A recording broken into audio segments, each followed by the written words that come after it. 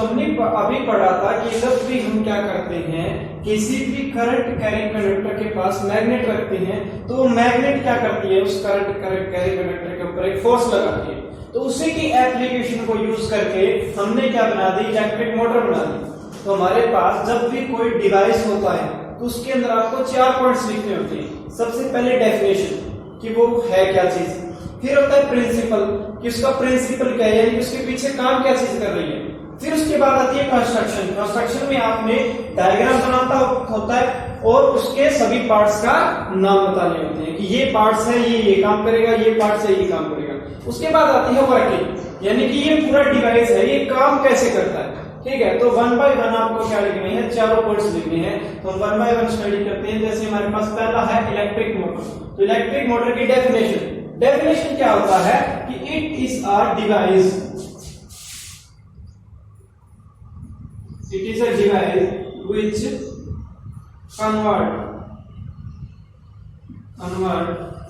electric energy into mechanical energy।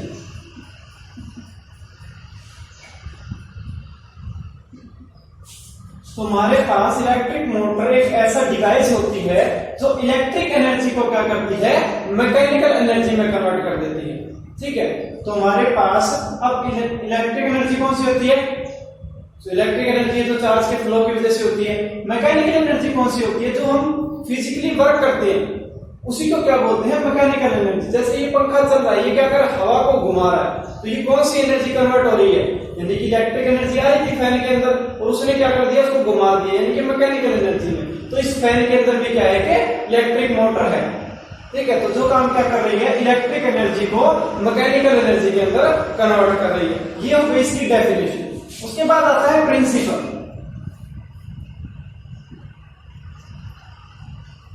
Principal होता है कि इसके पीछे क्या चीज काम कर रही है। तो हमने अभी पढ़ा था इसका प्रिंसिपल क्या है कि when a current carrying conductor is placed in a magnetic field it experience a force, कि उसके ऊपर एक फोर्स लगता है। यानी कि if a current carrying conductor, ठीक है, इस ट्रिपल सी का मतलब क्या है, current carrying conductor placed in magnetic field, magnetic field it experience a force, कि जब हम किसी करंट कैरिंग कंडक्टर को मैग्नेटिक फील्ड में रख देते हैं तो उसके ऊपर एक फोर्स लगता है। तो वही फोर्स का यूज कर रहे हैं हम इसके अंदर। तो इसका प्रिंसिपल क्या है, वही इसका प्रिंसिपल है। थर्ड पॉइंट मैंने क्या बताया था, कंस्ट्रक्शन। कंस्ट्रक्शन में आपने क्या लिखना है, कंस्ट्रक्शन में लिखने हैं आपने इसके डिफरेंट पार्ट्स। इसके अंदर क्या क्या पार्ट्स है, तो सबसे पहले हमारे पास क्या है, मैग्नेट्स हैं। तो हम क्या लिखेंगे कि there are 2 permanent magnet poles, north pole and south pole, and the magnetic field direction is from north to south. किसके अंदर हमारे पास 2 परमानेंट मैग्नेट के पोल होंगे, नॉर्थ और साउथ, और मैग्नेटिक फील्ड की डायरेक्शन नॉर्थ टू साउथ होगी। ठीक है, उसके बाद हमारे पास सेकेंड आता है आर्मेचर। आर्मेचर हमारे पास क्या होता है, आर्मेचर हमारे पास एक एक्सल होता है किसी मेटल का, और उसके ऊपर हमने क्या कर दिया, मेटल के वायर्स, कॉपर वायर्स या किसी और सिल्वर वायर्स को हमने क्या कर दिया, लपेट दिया। तो हमने क्या बना दिया, कोयल बना दी। जैसे हमारे पास मोटर में अंदर कोयल्स नहीं होती वो, तो वो कोयल्स क्या होती है, वो आर्मेचर ही होती है। ठीक है, वही हमारे पास आर्मेचर क्या हो जाएगा,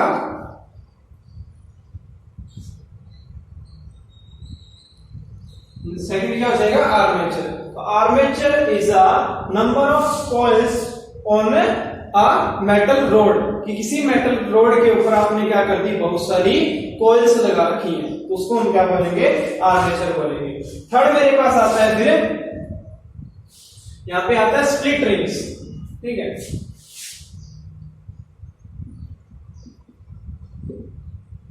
स्प्लिट रिंग्स का काम क्या है कि स्प्लिट रिंग्स क्या है, हमारे पास सर्कुलर, हाफ सर्कुलर क्या है, रिंग्स है।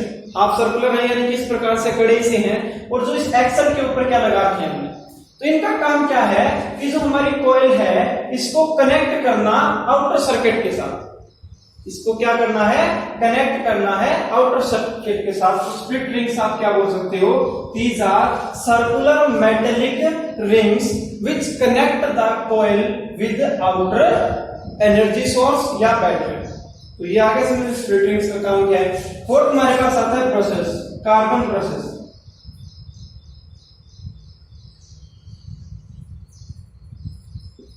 अब कार्बन प्रोसेस का काम क्या है कि आपने क्या कर दिया, इन स्प्लिट रिंग्स के साथ इस वायर को जोड़ दिया, तो ये एक्सेल घूमेगा, तो यहाँ पे हमारे पास क्या है, ये वायर तो मुड़ जाएंगे और 3-4 चक्कर लगाने के बाद वायर को क्या देंगे, टूट जाएगा। लेकिन जब हम ब्रशेस को इस प्रकार से जोड़ते हैं तो कार्बन ब्रशेस क्या करेगा, इस प्रकार से कनेक्ट होता है। आपका एक्सेल चाहे घूमता रहे और ये इसके साथ कनेक्टेड भी रहेगा, कनेक्ट भी है और साथ में घूम भी रहे, दोनों काम हो रहे हैं। तो ये कार्बन ब्रशेस का काम क्या है, it remains straight connected the outer circuit with the split ring, कि स्प्लिट रिंग को आउटर सर्किट के साथ कनेक्ट रखता है, जबकि हमारे जो रिंग्स है वो साथ में घूम भी सकते हैं। ठीक है, तो हमारे पास इसका काम क्या है, to connect the rings with outer circuit. ठीक है, कि हमारी जो रिंग्स है वो घूम रही है साथ में, एक्सेल के साथ में रिंग भी घूम रही है, लेकिन उन रिंग्स को आउटर सर्किट के साथ कनेक्ट रखना है। तो इस प्रकार से होगा, यानी कि ये एक्सेल है और रिंग है, तो ये घूम रही है और इसको कनेक्ट भी कर रखा है, तो ये काम कौन करेगा, कार्बन ब्रशेस करेंगे। तो ये हमारे पास होते हैं कार्बन ब्रशेस। तो कंस्ट्रक्शन के अंदर आपने ये 4 पॉइंट लिख के आने हैं और चारों पॉइंटों को मैंने जो 2-2 लाइनें आपको बताई है वही आपने लिखनी है। मैग्नेट क्या होती है, permanent magnet poles north and south pole. ठीक है, आर्मेचर क्या है, it is a coil, coil है जिसके अंदर हमारे पास number of turns of a metallic wire, जिसके अंदर हमारे पास मेटेलिक वायर के बहुत सारे टर्न्स हैं, यानी कि लपेट रखा है उसके ऊपर। ठीक है, फिर लिखोगे आप split rings, these are half circular rings which connect the armature with the outer energy source. उसके बाद आता है कार्बन ब्रशेस। कार्बन ब्रशेस का काम है स्प्लिट रिंग को आउटर सर्किट के साथ कनेक्ट रखना, तबकि हमारा जो स्प्लिट रिंग है वो मोशन कर सके इजीली। ठीक है, तो ये हमारे पास हो गई कंस्ट्रक्शन। अब फोर्थ पार्ट हमारे पास आता है वर्किंग। तो वर्किंग, ये हमारा जो डिवाइस है ये काम कैसे करता है। ठीक है, तो हम क्या करते हैं, इसकी वर्किंग साथ साथ में यहाँ पे करते हैं, साथ साथ में लिखते हैं। तो मैं कहता हूं कि when the key is on, the current in the circuit flow through the ring R1 and R2 and in the armature from A to B and C to D। ठीक है, यानी कि when switch is on, the current flow from A to B and C to D in armature। लिखेंगे, यानी कि जब मेरा की ऑन हो जाएगी तो करंट कहां से फ्लो होगा, इस डायरेक्शन में फ्लो होगा, तो इसमें A to B जा रहा है और C to D जा रहा है। अब बात करते हैं AB की। तो in AB according to right hand Fleming's rule, ये क्या है हमारे पास, राइट हैंड नहीं लेफ्ट हैंड फ्लेमिंग्स रूल। तो लेफ्ट हैंड फ्लेमिंग रूल क्या कहता था कि हमारे पास ये चीज होगी, इसके अंदर ये हमारी मैग्नेटिक फील्ड की डायरेक्शन होगी, ये करंट की डायरेक्शन होगी, तो ये क्या होगा, फोर्स की डायरेक्शन होगी। तो यहां पे लगा के देखते हैं इस प्रकार से। अब ये मैग्नेटिक फील्ड की डायरेक्शन है, यानी कि मैग्नेटिक फील्ड की डायरेक्शन मैंने बताई थी, ये करंट की डायरेक्शन क्या है, ऊपर से जा रहा है A to B, ये हमारे पास क्या आ गई, उसकी आ गई करंट की डायरेक्शन। उसके बाद फोर्स की डायरेक्शन क्या है, ये हमारा थंब है, ये किस डायरेक्शन में, अंदर की तरफ, यानी कि इस AB के ऊपर फोर्स कहां लग रहा है, नीचे की तरफ लग रहा है, तो यानी कि इसके ऊपर तो फोर्स की डायरेक्शन है वो कहां पे है, नीचे की डायरेक्शन। तो in AB according to left hand Fleming rule, force acting in downward direction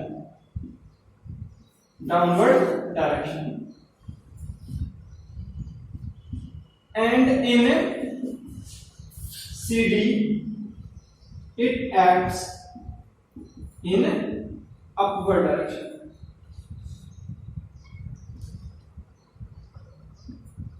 बुझेगा, अगर इसके ऊपर हमारे पास अंदर की तरफ लग रहा है फोर्स, तो इसमें देखते हैं इसके अंदर क्या है, ये मैग्नेटिक फील्ड की डायरेक्शन है, ये करंट की डायरेक्शन नीचे की तरफ, क्योंकि नीचे की तरफ जा रहा है इसमें करंट, तो फोर्स की डायरेक्शन क्या है, अपवर्ड। ये हमारे पास इसके ऊपर फोर्स लगेगा इस तरफ और इसके ऊपर फोर्स लगेगा इस तरफ। यानी कि तो AB है उसके ऊपर फोर्स लग रहा है डाउनवर्ड डायरेक्शन में, और जो हमारी CD है उसके ऊपर फोर्स लग रहा है अपवर्ड डायरेक्शन में। तो हमारे पास होगा क्या, तो AB है, AB मूव्स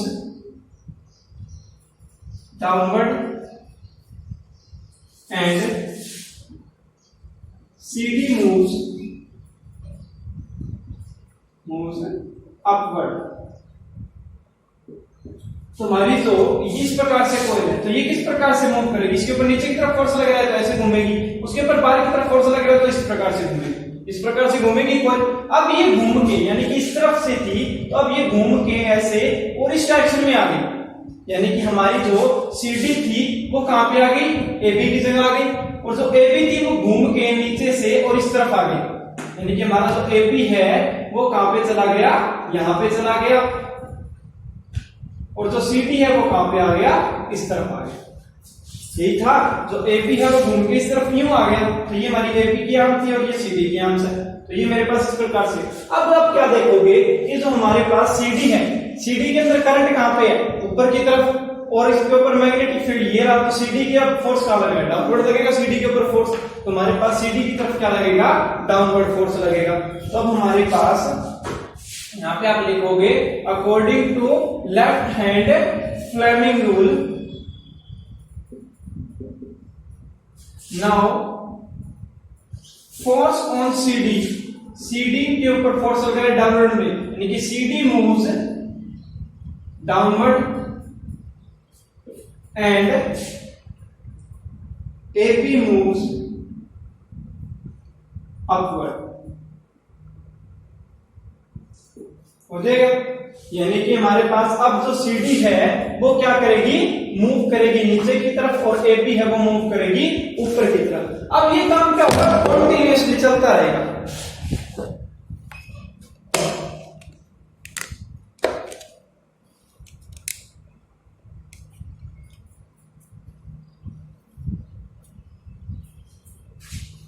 अब ये काम क्या होगा, कंटिन्यूअसली चलता रहेगा। कैसे कि जो हमारी CD है उसके ऊपर, अब CD के ऊपर क्या लग रहा है, डाउनवर्ड फोर्स, यानी कि इस तरफ मूव करेगी, AB के ऊपर अपवर्ड मूव, यानी कि ये ऊपर की तरफ मूव करेगी। फिर से क्या होगा, CD यहां पे आ जाएगी, AB यहां पे आ जाएगी, फिर उल्टा करंट क्या हो जाएगा, उल्टी तरफ बहने लगेगा, यानी कि अब AB क्या है वो नीचे की तरफ मूव करेगी और CD अपवर्ड मूव करेगी। यानी कि अगर हम ये देखें कि तो एवरी हाफ रोटेशन, आधा रोटेशन करने के बाद हमारे पास करंट की डायरेक्शन है वो क्या हो रही है, चेंज हो रही है, क्योंकि हमारी जो AB है वो पहले डाउनवर्ड मूव करती है फिर अपवर्ड मूव करती है। इसी प्रकार से CD है वो पहले अपवर्ड मूव करती है फिर डाउनवर्ड मूव करती है। तो हमारे पास ये काम कौन कर रहा है, ये काम कर रहा है हमारे पास R1 और R2। तो स्प्लिट रिंग्स हैं वो काम ये कर रही है कि वो हमारे पास करंट की डायरेक्शन को क्या कर रही है, कंटिन्यूअसली चेंज कर रही है। क्यों, क्योंकि AB के अंदर पहले इस डायरेक्शन में करंट फ्लो हो रहा था और अब AB के ऊपर नीचे की तरफ करंट फ्लो हो रहा है, तो डायरेक्शन ऑफ करंट भी चेंज हो रही है। तो हमारे पास ये काम कौन करता है, ये काम करता है R1 और R2। तो ये हमारे पास रिंग्स का काम हो गया। तो उसके बाद हमारे पास क्या, B1 और B2। तो B1 और B2 का काम मैंने आपको पहले बता दिया था, these are the carbon brushes which stay connected with the R1 and R2। जो R1 और R2 के साथ क्या रहेगी, हमेशा कनेक्ट रहेगी ताकि सर्किट के अंदर करंट फ्लो होता रहे। तो आपके पास ये 4 पॉइंट थे, डेफिनेशन, प्रिंसिपल, कंस्ट्रक्शन और वर्किंग। तो वर्किंग के अंदर आपने इतना लिखना है। उसके बाद मैंने आपको 2-4 लाइनें पहले ही बता दी हैं। जो हमारे पास स्प्लिट रिंग्स हैं उसका काम क्या है ये बताना है, और कार्बन ब्रशेस है उनका काम क्या है वो बताना है। तो ये आपके पास क्या हो जाएगा, वर्किंग हो जाएगी। तो ये हमारे पास था इलेक्ट्रिक मोटर। नेक्स्ट आता है मेरे पास इलेक्ट्रोमैग्नेटिक इंडक्शन। तो हमने ये पढ़ा था कि जब हमारे पास कोई कंडक्टर होता है, इसमें से क्या है, करंट पास हो रहा है, तो इसकी वजह से यहाँ पे कुछ ना कुछ मैग्नेटिक फील्ड था, यानी कि जब करंट पास होगा तो मैग्नेटिक फील्ड चेंज होगा, यानी कि यहाँ से जितना करंट बढ़ाऊंगा उतना मैग्नेटिक फील्ड चेंज हो रहा है। तो इलेक्ट्रोमैग्नेटिक इंडक्शन ये कहता है, इसका जस्ट अपोजिट भी हो सकता है कि अगर मेरे पास कोई कंडक्टर है और अगर उसके पास में कोई मैग्नेट रखूं तो यहाँ पे मैग्नेटिक फील्ड होगा। अगर मैं इस मैग्नेटिक फील्ड को कम या ज्यादा करूंगा, यानी कि इस कंडक्टर का अगर मैं मैग्नेटिक फील्ड चेंज करूंगा तो इसके अंदर एक करंट प्रोड्यूस हो जाएगा, अपने आप करंट प्रोड्यूस हो जाएगा। ठीक है, उसको बोलते हैं इंड्यूस्ड करंट। उसको क्या बोलते हैं? Induced current. वो जो करंट प्रोड्यूस हुआ है उसी फिनोमेना को बोलते हैं इलेक्ट्रोमैग्नेटिक इंडक्शन। ठीक है, ये क्या कहता है कि when the magnetic field of a conductor change a current is induced in the conductor, कि जब हम किसी कंडक्टर का मैग्नेटिक फील्ड चेंज करते हैं तो उस कंडक्टर के अंदर अपने आप से करंट प्रोड्यूस हो जाता है। उस करंट को हम क्या बोलते हैं? इंड्यूस्ड करंट बोलते हैं, और इस फिनोमेना को बोलते हैं इलेक्ट्रोमैग्नेटिक इंडक्शन। अब ये जो इलेक्ट्रोमैग्नेटिक इंडक्शन का फिनोमेना है ये हमें कहां पे देखने को मिलता है? तो हमारे पास जो मेन एप्लीकेशन है वो है जनरेटर। अब आपने जनरेटर देखा होगा जो इलेक्ट्रिसिटी प्रोड्यूस करता है, जब घर पे लाइट नहीं होती तो क्या यूज करते हैं? जनरेटर यूज करते हैं। तो वो जनरेटर में इलेक्ट्रिसिटी कहां से आ रही है? अब उसके पास कोई सोर्स तो है नहीं एनर्जी का, लेकिन फिर भी वो क्या कर रहा है? इलेक्ट्रिसिटी प्रोड्यूस कर रहा है जनरेटर।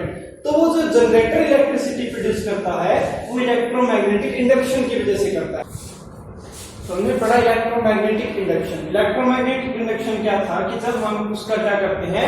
किसी कंडक्टर का मैग्नेटिक फील्ड चेंज करते हैं। अगर ये कंडक्टर है और यहां से मैं क्या कर रहा हूं? इसका मैग्नेटिक फील्ड चेंज कर रहा हूं, तो इसके अंदर क्या होगा? करंट प्रोड्यूस होगा। अब उस करंट की डायरेक्शन क्या होगी? तो उस करंट की डायरेक्शन क्या होगी? तो हमने एक फ्लेमिंग्स लेफ्ट हैंड रूल पढ़ा था। वो क्या बता रहा था कि अगर करंट है, मैग्नेटिक फील्ड है, तो फोर्स की डायरेक्शन क्या होगी? अब ये जो हमारा फ्लेमिंग्स राइट हैंड रूल होगा, Fleming's right hand rule,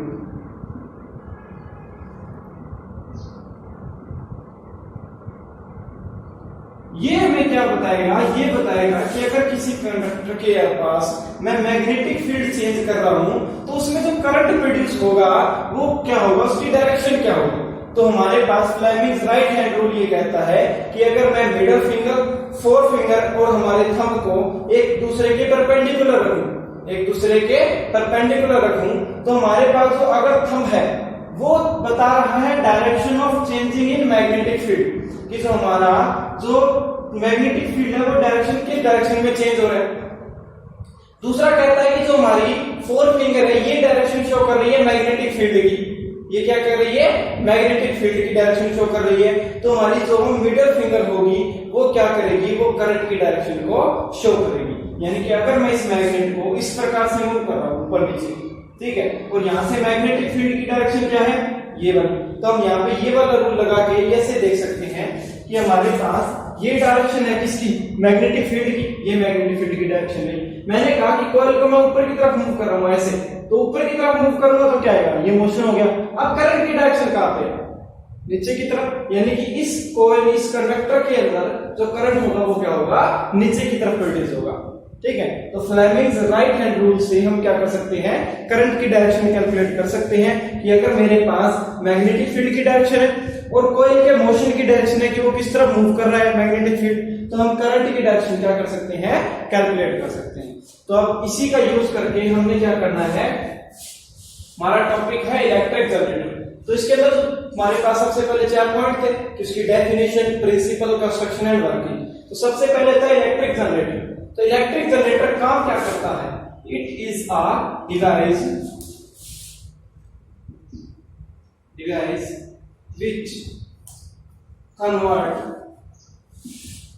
which converts mechanical energy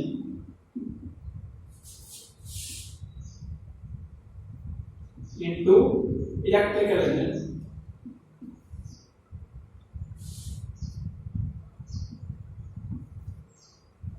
तो हमने मोटर पढ़ी थी। मोटर क्या थी? इलेक्ट्रिक एनर्जी को मैकेनिकल में कन्वर्ट कर रही थी। जनरेटर है उसका जस्ट अपोजिट, ये क्या करेगा? मैकेनिकल एनर्जी को इलेक्ट्रिक एनर्जी में कन्वर्ट करेगा। ठीक है, तो ये हमारे पास होता है इलेक्ट्रिक जनरेटर। फिर इसके अंदर हमारे पास प्रिंसिपल क्या है? प्रिंसिपल आपने कुछ नहीं लिखना, बस वही है जो हमने अभी पढ़ा, वो है कि इलेक्ट्रोमैग्नेटिक इंडक्शन, यानी कि it is based on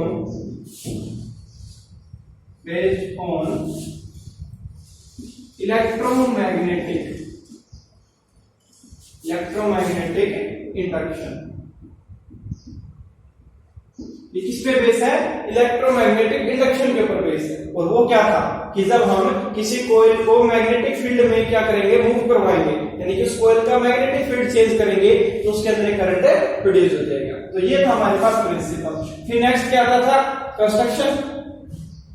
construction में आप क्या लिखोगे कि जो हमारी इलेक्ट्रिक जनरेटर है उसके अंदर क्या क्या पार्ट्स हैं, उन पार्ट्स को क्या करना है, एक्सप्लेन करना है। तो नंबर 1 मैंने आपको कल भी बताया, इसके अंदर क्या होती है, मैग्नेट्स होती है।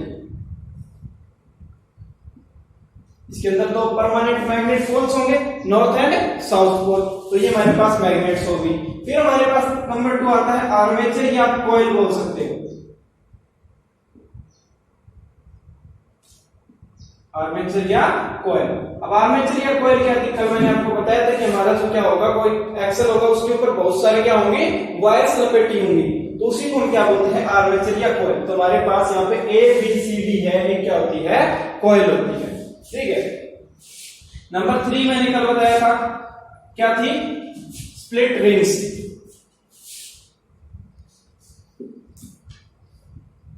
ये क्या थी, स्प्लिट रिंग्स।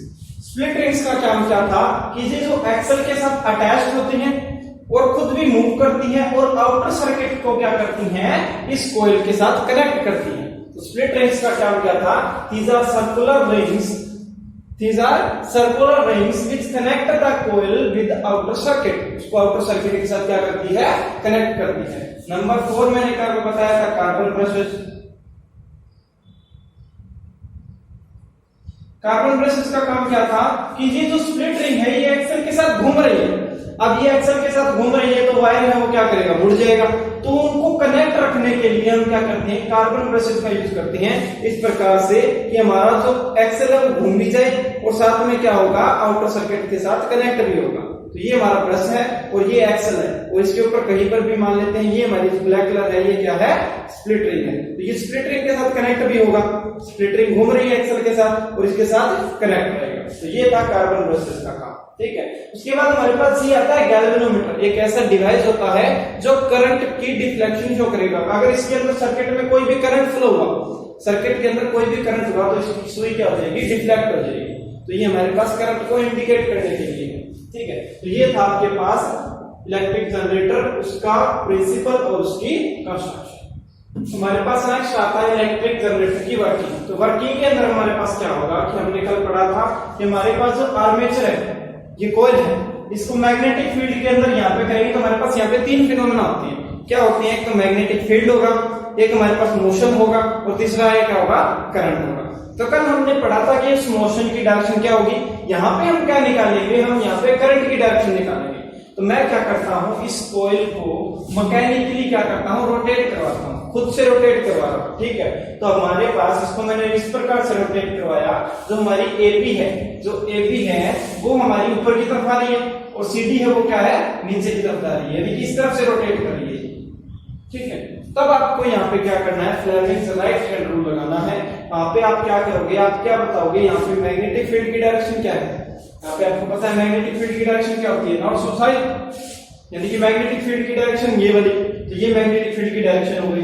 आपको ने काम जो AB है वो ऊपर की तरफ मूव कर रही है, तो अंगूठा क्या कर रहा है, मोशन की डायरेक्शन शो कर रहा है, ये ऊपर की तरफ मूव हो गया, ये मैग्नेटिक फील्ड की डायरेक्शन होगी। करंट की डायरेक्शन क्या है, ऊपर की तरफ, यानी कि इसके अंदर करंट कहां से कहां होगा, A to B होगा, ठीक है। यानी कि इन AB from A to B, ये लिखा है मैंने, when we rotate the coil ABCD such that AB moves upward, यानी कि AB अब ऊपर की तरफ आ रही है and CD moves downward, then according to Fleming's right hand rule, Fleming's right hand rule, the current flow in AB from A to B and in CD from C to D। अब वहां पर भी आप लगा सकते हो कि magnetic field की डायरेक्शन ये है, मोशन है नीचे की तरफ, तो अंगूठा अंदर की तरफ हो जाएगा, तो करंट की डायरेक्शन क्या हो जाएगी, ये वाली नीचे की तरफ, यानी कि इसके अंदर करंट कहां से कहां फ्लो होगा, इस प्रकार से होगा। यानी कि अब जो हमारा करंट है वो कहां से कहां तक जा रहा है, इस प्रकार से जा रहा है। यानी कि आउटर सर्किट के अंदर देखें तो आउटर सर्किट के अंदर करंट कहां से कहां फ्लो होगा, इस प्रकार से जा रहा है, यानी कि यहाँ पे आ गया, फिर यहाँ से आ गया, यहाँ से जाके इस प्रकार से, यानी कि outer circuit current flow from V1 to V2, current इस प्रकार से प्रोड्यूस हुआ ना, ये इस तरह से, तो इस तरह से चल के जाएगा, तो करंट कहां से कहां फ्लो होगा, V1 से V2 होगा। यानी कि outer circuit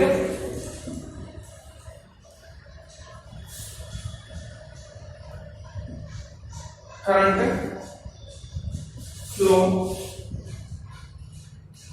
from V1 to V2, ये हो गया।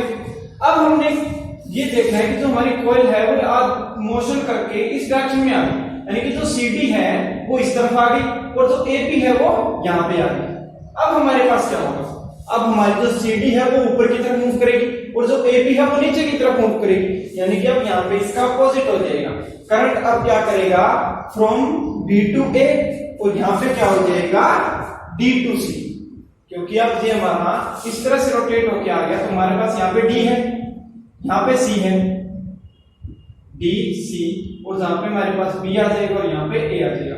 अब हमारे पास करंट कहां से कहां जाएगा, अब हमारे पास करंट D से C तक जाएगा, D से C, और वहां पे B से A तक की तरफ जाएगा, यानी कि अब करंट हमारा वो इस प्रकार से जाएगा, यानी कि करंट की डायरेक्शन क्या होगी, उल्टी होगी।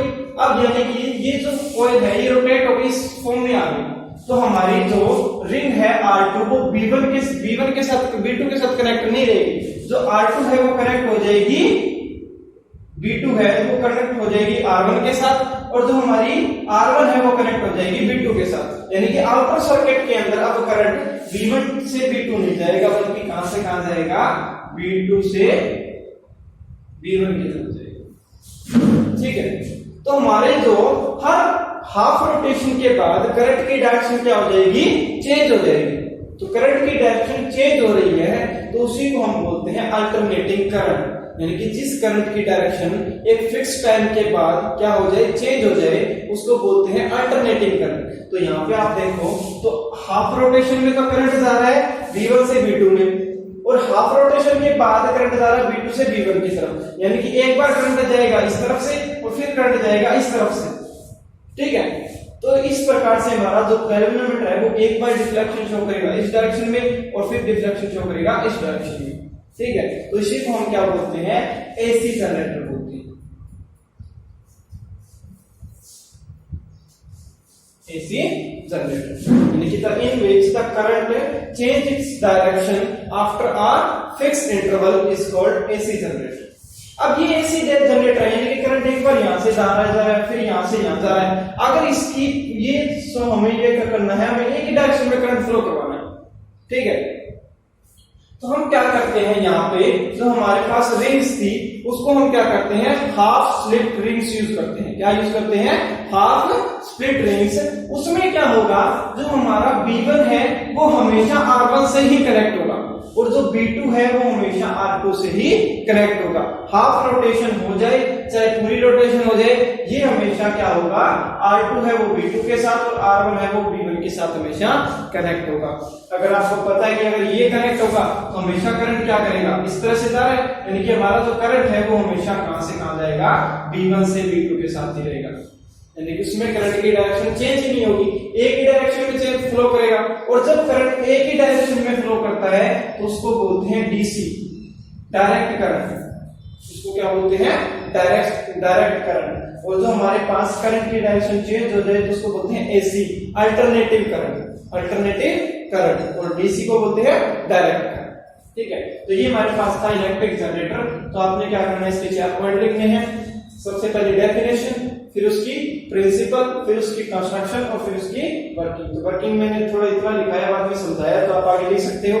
जो आपने क्या किया है, ये जो लिखी है इसी को उल्टा कर देना है, यानी कि B2 से A कर देना है, यहाँ पे क्या कर देना है, D से C कर देना है, और करंट की डायरेक्शन आप बता दो B2 से B1 की तरफ जा रहा है। तो नीचे आप लिखोगे कि हमारा जो करंट है वो डायरेक्शन को चेंज कर रहा है हर फिक्स इंटरवल के बाद, तो वो कैसा होगा, हमारा AC जनरेटर होगा। और AC को DC में कन्वर्ट करने के लिए हम यहाँ पे हाफ स्लिप रिंग्स लगाएंगे, ताकि हमारा जो B1 है वो हमेशा R1 के साथ कनेक्ट रहे और जो B2 है वो हमेशा R2 के साथ कनेक्ट रहे। तो करंट की डायरेक्शन हमेशा एक ही रहेगी, तब हमारे पास करंट हमेशा B1 से B2 की तरफ ही जाएगा। ठीक है, तो ये था आपके पास इलेक्ट्रिक जनरेटर।